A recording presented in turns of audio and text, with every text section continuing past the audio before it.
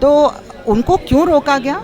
और एक तो वजह ये थी कि जो सरकारें हैं वो नहीं चाह रही थी कि ख़ासतौर से यूपी सरकार जहाँ पे ये अपराध हुआ था दलित लड़की जो हाथरस में थी उसके साथ, वो इस बात को दबाना चाह रही थी, तो वो नहीं चाह रहे कि लोग जाके वहाँ पे कवर करें। दूसरा, फाइनली उनको सुप्रीम कोर्ट आना पड़ा। सुप्रीम कोर्ट ने के जज ने बहुत कैटेगोरिकली कहा कि क्या फ्रीडम ऑफ एक्सप्रेशन हमारे देश में है कि नहीं है, क्या ये क्राइम है क्या? अगर उनके गाड़ी में लिटरेचर भी था, कुछ क्रिटिकल लिटरेचर था जो क्रिटिसाइज़ कर रहा है कि जो हाथरस में हुआ, तो वो कोई जुर्म नहीं है। एक साइड पैरालाइज हो गया है, तो इनको लखनऊ में एक हॉस्पिटल में दिखाया गया और उस हॉस्पिटल के डॉक्टर्स ने कहा कि अब इनको न्यूरोलॉजिकल प्रॉब्लम शुरू हो गई है। हार्ट की तो अभी वो जो ठीक चल रहा है थोड़ा बहुत, लेकिन न्यूरोलॉजिकल प्रॉब्लम है, इसलिए हमारे पास ट्रीटमेंट इसके नहीं है। इनको ऐसे स्पेशलिस्ट हॉस्पिटल में जाना ज़रूरी है जहाँ पे ये ट्रीटमेंट हो सके।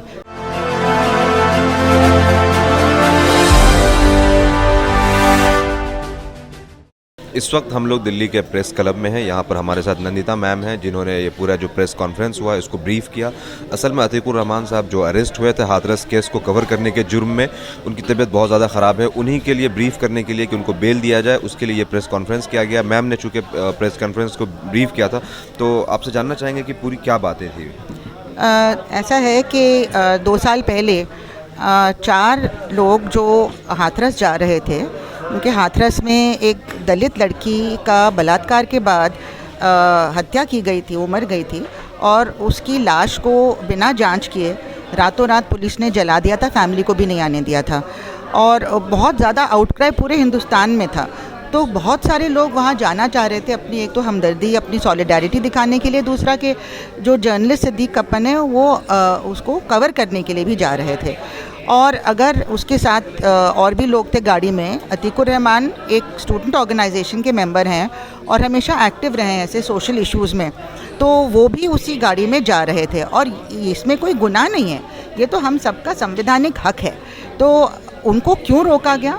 और एक तो वजह ये थी कि जो सरकारें हैं वो नहीं चाह रही थी कि ख़ासतौर से यूपी सरकार जहाँ पे ये अपराध हुआ था दलित लड़की जो हाथरस में थी उसके साथ, वो इस बात को दबाना चाह रही थी, तो वो नहीं चाह रहे कि लोग जाके वहाँ पे कवर करें। दूसरा ये है कि अगर आप किसी मुस्लिम ऑर्गेनाइजेशन को बिलोंग करते हैं या मुस्लिम समुदाय से आते हैं, जर्नलिस्ट भी हैं, तो आपके साथ ज़बरदस्त हमारे देश में अनफॉर्चुनेटली डिस्क्रिमिनेशन होता है आज के ज़माने में, और इस वजह से भी इनको टारगेट किया गया जहाँ तक मेरा मानना है, और इनको तब से बिना कोई ट्रायल के बंद किया गया। और ऐसा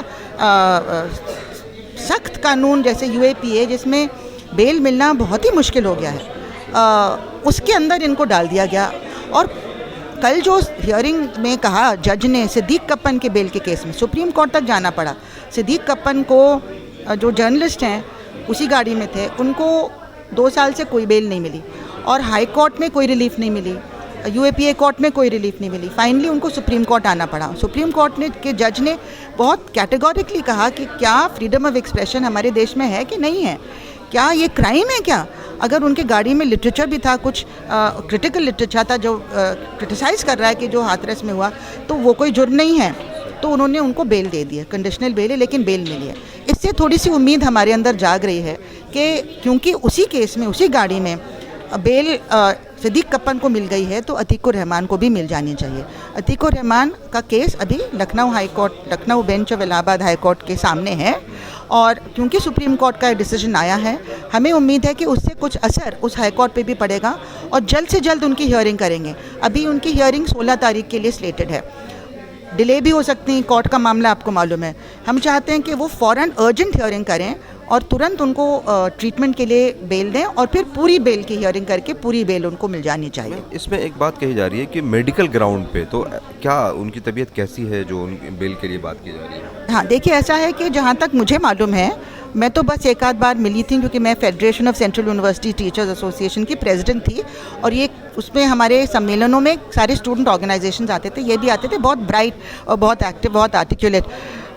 लेकिन जहाँ तक मुझे बताया गया है, ये इनके बचपन से ही हार्ट की प्रॉब्लम रही है, इसके बावजूद ये एक्टिव रहते थे।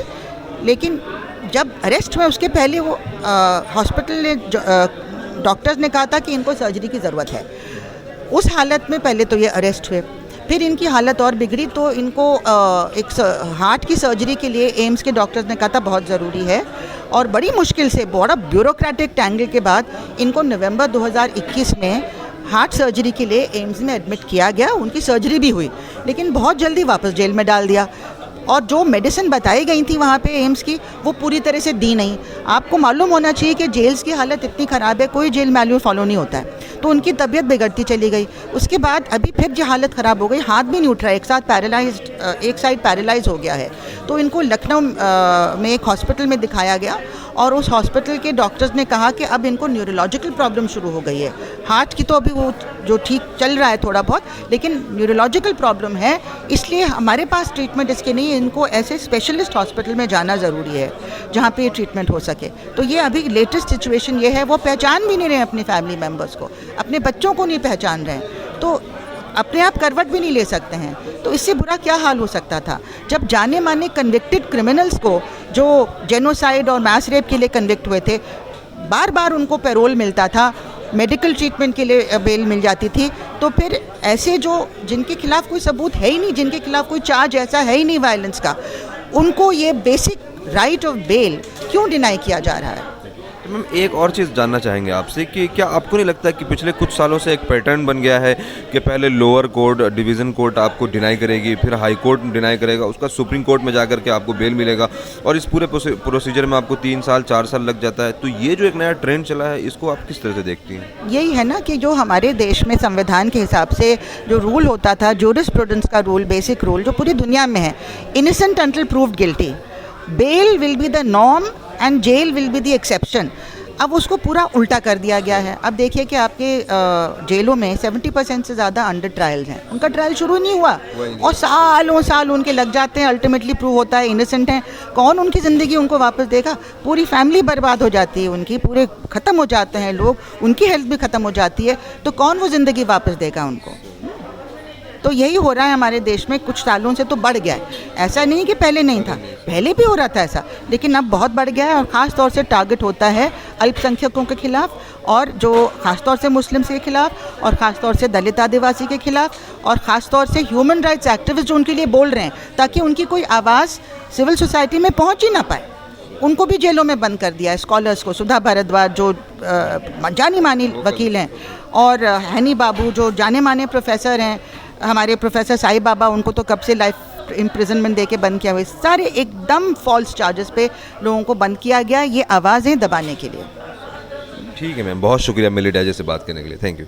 आपसे मेरी अपील है कि अगर आपने चैनल को सब्सक्राइब नहीं किया है तो जरूर सब्सक्राइब करें, बेल आइकन भी प्रेस करें, ताकि खबरें आप तक बर वक्त पहुंच सकें। मजीद अपडेट्स के लिए आप व्हाट्सएप ग्रुप भी ज्वाइन कर सकते हैं, लिंक डिस्क्रिप्शन में मौजूद है।